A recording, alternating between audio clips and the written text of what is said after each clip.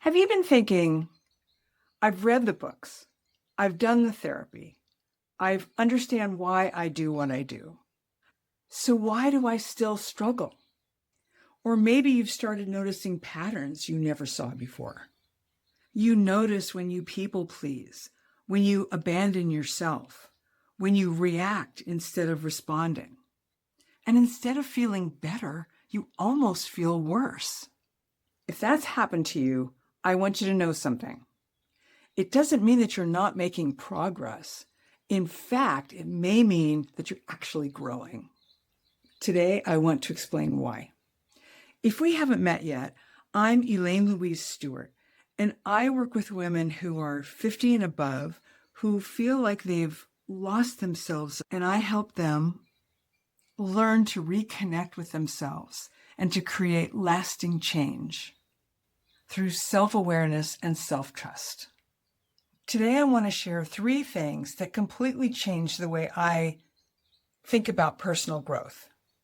First, greater awareness doesn't mean that you're heading in the wrong direction. It means you're seeing more clearly. Second, real growth includes learning how to include yourself, not just fixing yourself. And third, self-compassion is what turns awareness into lasting change.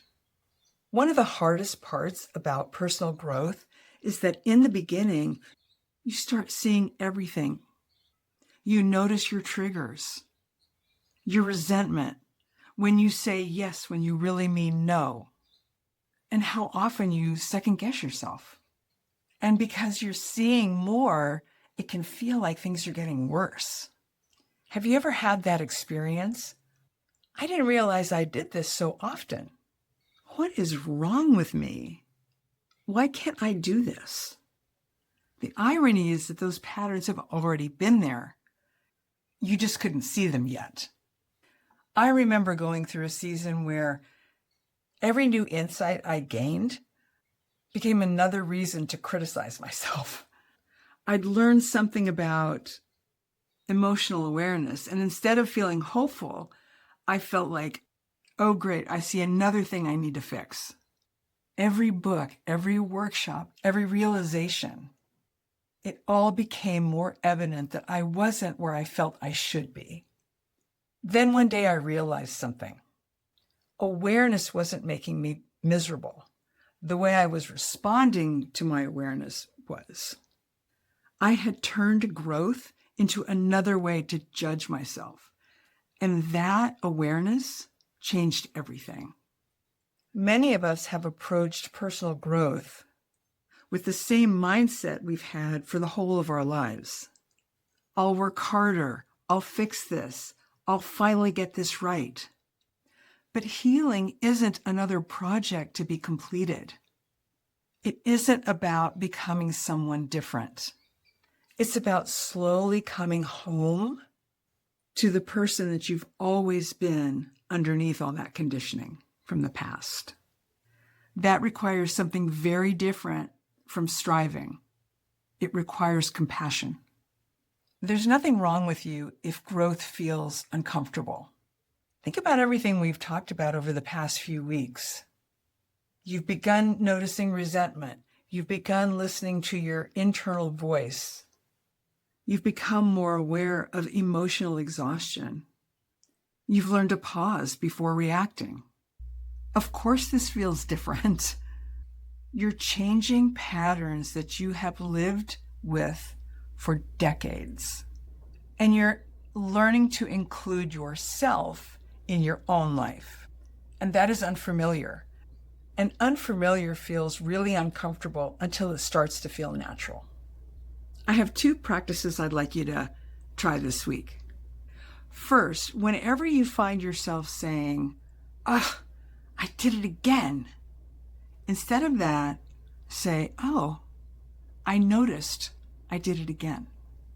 Noticing is powerful because when you stop and notice, that leads to change. And the second practice is, where did I include myself today? Maybe you rested. Maybe you told the truth. Maybe you changed your mind. Maybe you asked for help. Maybe you simply paused before reacting. Don't overlook those moments. They are wins. Those are the moments that build self-trust. Here's what I hope you remember. Growth isn't measured by how perfect you become.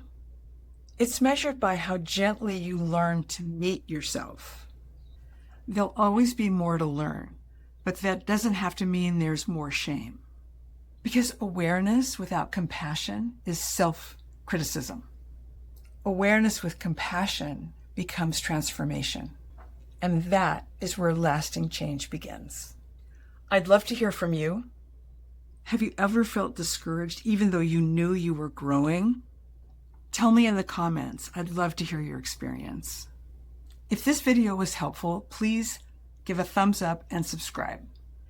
I post a new video every week for women 50 and above who reconnect with themselves and create lasting change. Next week, we're going to explore how old emotional wounds still shape your relationships.